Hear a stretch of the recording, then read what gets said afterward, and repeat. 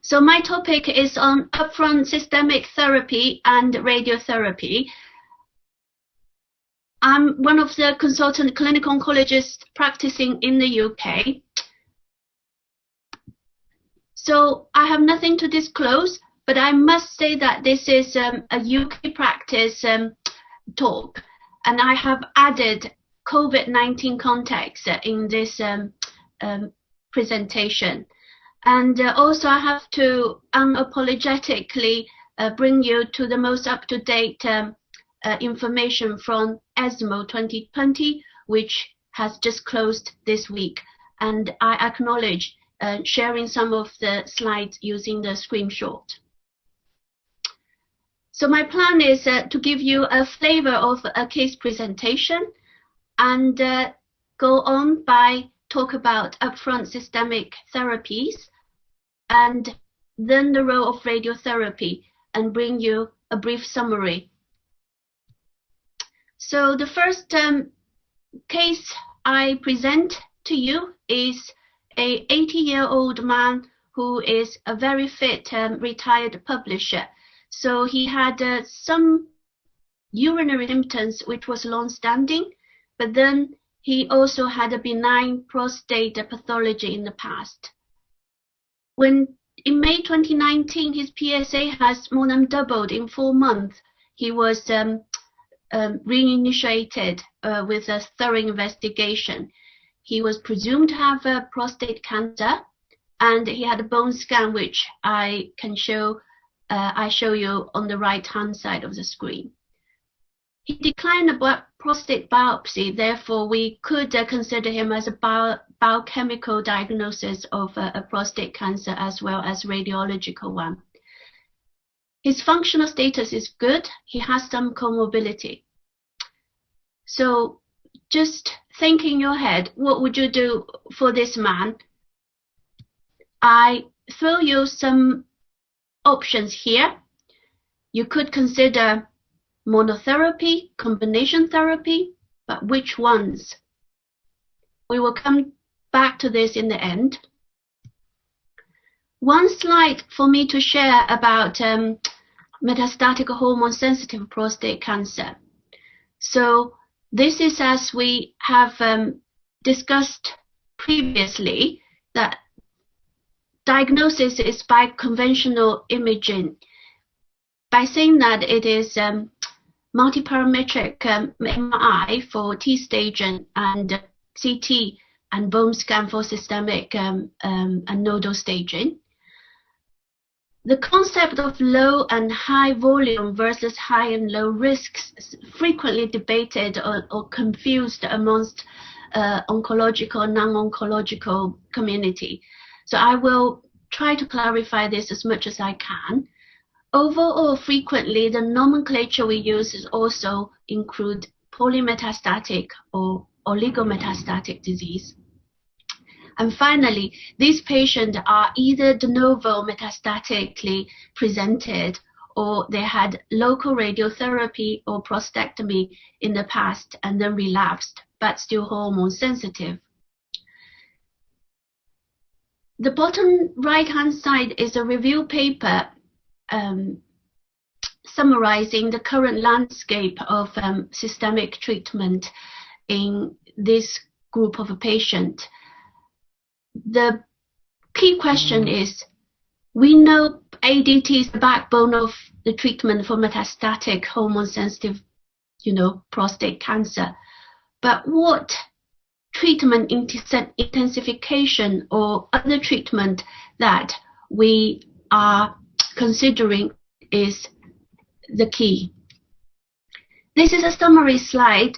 I have circled in red 3 drugs I'm going to hopefully elaborate. And the main trials I will introduce is STAMPEDE, ENZAMET, and CHARTED. And I have also focused on only survival data because of the scope of today's talk. So first for docetaxel, again I thank for the previous speakers for laying a great foundation. The mechanism of function is by disruption of the microtubule function, and the previous evidence for use in prostate cancer was in metastatic setting, where you bring about 2 to 3 month moderate benefit in this group of patient.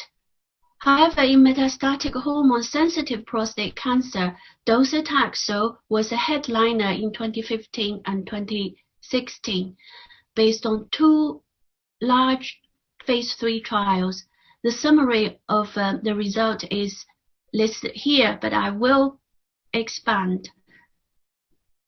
Please notice that the median overall survival in this group of patients is 10 to 13 months, which is significant.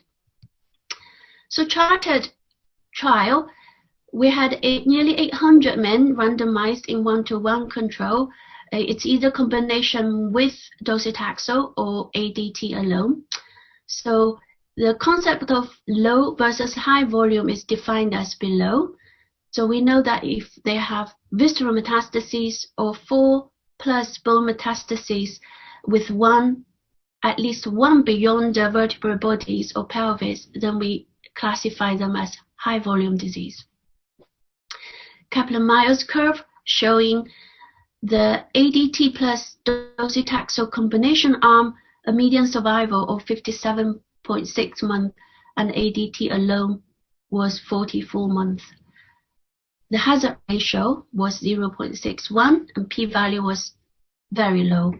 This was published in New England Journal of Medicine in 2015 and further divided into subgroups. Patient with low volume disease, you can see the curves almost in overlapping, and p-value was 0.11 and confidence interval was over 1.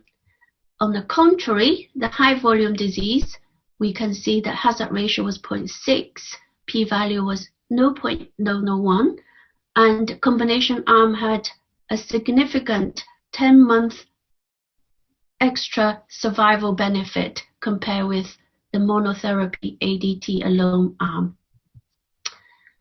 Next, I will introduce you the most successful phase 3 trials in urological research, which is STAMPEDE. You can probably tell that this is a British trial and had nothing to do with Disney. I acknowledge the slide from ESMO 2020. This is Dr. Nick James, PI for this trial. STAMPEDE is a multi-arm, multi-staged trial started in 2006. It has enrolled so far more than 11,000 of men, and it evaluates the systemic treatment and its efficacy in prostate cancer. It has involved in the past docetaxel, also radiotherapy, which are the 2 arms that I will discuss. So STAMPEDE arm C is docetaxel. I only have one slide to demonstrate that this has 10-month overall survival benefit, and this was published in Lancet 2016. The second drug or agent is Abiraterone, and we must say that it is always co-administered with prednisolone, and mechanism is that it works in reduction of androgens in the adrenal gland, and it's highly potent. And similar to Chartered, the evidence derived from previous setting in metastatic castration resistant prostate cancer trials, and 2 large evidence generating landmark phase 3 studies. And I will not go on Latitude, which is also supporting the evidence. So go back to ESMO again. This was updated this week by Nick James. In 2017, on the metastatic patient group, the hazard ratio was 0.61. And in 2020, we can see that it hardly changed. the curves did not come together. They're still wide apart.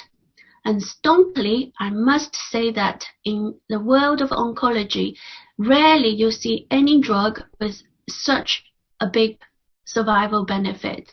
So the monotherapy arm, which is ADT, has median survival of 3.8 years. These are years, not months. And standard care, which is ADT plus Abiraterone, was 6.6 years. That is nearly 3 years of benefit. If you want to separate into low volume and high volume subgroups, again, the curves are still wide apart, and hazard ratio is almost identical. Going back on the third drug, which is enzalutamide, and this is a potent androgen receptor blocker. 2 trials here, which I will briefly walk you through. ENZAMED trial was published in New Zealand Journal of Medicine in June 2019. These are large trials with over 1,000 men randomized into ADT or ADT plus enzalutamide or a non-steroidal antiandrogen. So the result is also highly statistically and, by now we know clinically significant, hazard ratio of 0.67 and p-value of 0.002. They do not have mature overall survival data yet. So if you compare STAMPEDE of median 6.6 years, we will still have some time to wait for the overall data to come out. The headliner is that at 3 years, it's 80% versus 72% men still alive. These are some curves and forest plot to support that for their endpoint, which is radiographic progression-free survival, it is highly statistically significant. iTRUE was published in JCO, Journal of Clinical Oncology, in November 2019. This is another a big multi-international double-blinded phase 3 study. So 1-to-1 enzalutamide versus enzalutamide plus ADT versus placebo plus ADT. So the result as of October 2018 showed radiographic progression-free survival of hazard ratio 0.39, and p-value is very small. And again, not surprisingly, the majority of these people are still alive, and the median overall survival not reached. This is just a couple of miles curve showing the curves are wide apart. So I'm a clinical oncology in the UK. We do offer radiotherapy and chemotherapy as well. So my interest will be, of course, radiotherapy, unapologetically. So background, why do we offer metastatic patient kind of radical or additional treatment of radiotherapy? So this comes from kidney cancer. We know that cytoreductive kidney cancer can lead to a long-term remission of the disease. So this has been studied in many other background trials, which I have not elaborated. This is more relevant in patients with low volume disease. And STAMPEDE has randomized 2,000 men. So radiotherapy was offered based on charted trial, the low volume patient. I can show you for the all-comers, control and radiotherapy, you can hardly tell them apart. There's no significant difference. But if you tear them apart, the low volume group has significant better survival of 10 months nearly. This was published in Lancet in 2018. And forest plot showing low burden on the left, high burden crossing 1, and regime-wise, 55 grain 20 versus 36 grain 6 weekly fractions does not matter. So current UK position, yes for upfront docetaxel, we usually use for high volume patient. It was approved in 2016. Enzalutamide was only approved in 2020 when the pandemic started. It's an interim approval pending reviews.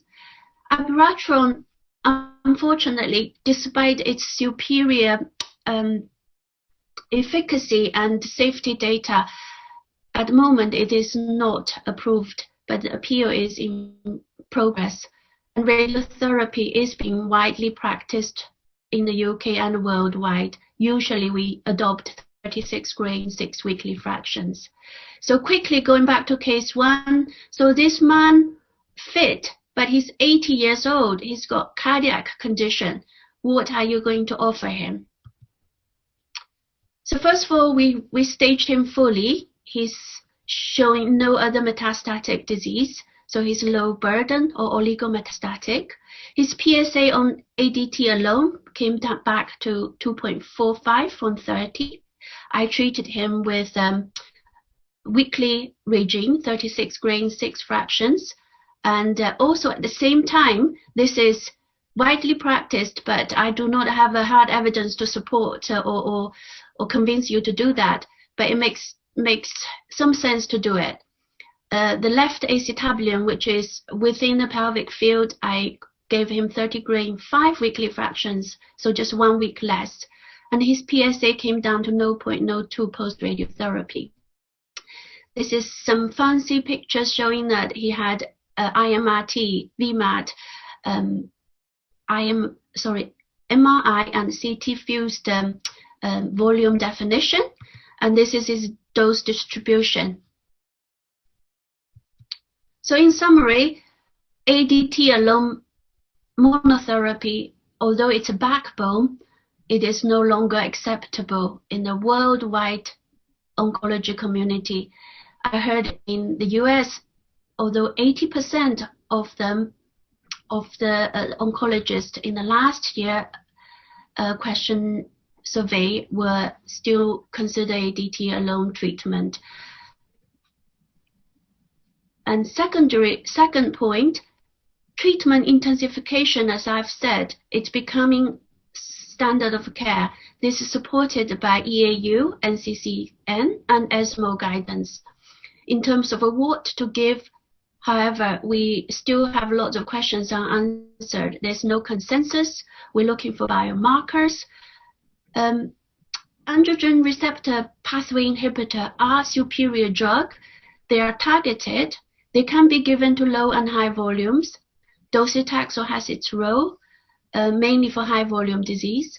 Radiotherapy for low volume. And in the current climate, oral target therapy is preferred to chemotherapy. And the future, I leave you with the final slide. We talk about the treatment intensification. So the triple therapy trials are ongoing. There are more radiotherapy trials ongoing. So watch this space. Many thanks.